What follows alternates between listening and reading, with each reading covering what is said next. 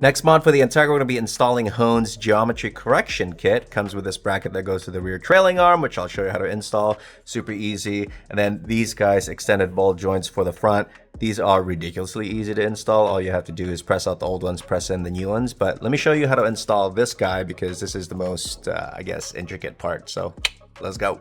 So in the back right here, the bracket is going to install right here where the control arm mounts, and it's going to move it down lower. All right, so let me show you where that goes. That's the OEM control arm bolt. We're going to be removing that, putting the bracket on there, and the new bolt will be down here. So on the other side, let me show you what we're going to cut off because it's going to be slightly tricky. We're going to have to remove all this crap, but see that? You're going to have to grind that little boss right there so we can slide the bracket on.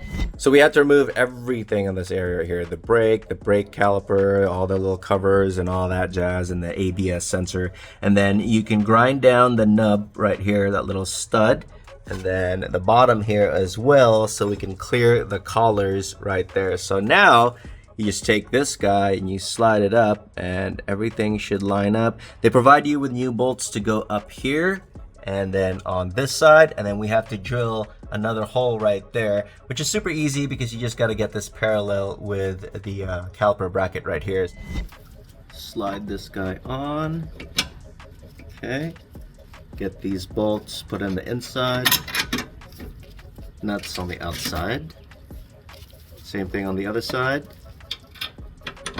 Okay, this is just so we can align it. Okay, let's get our drill, a little bit of cutting fluid. Just gonna go straight. Now we'll take our bolt, pop this guy in. Okay.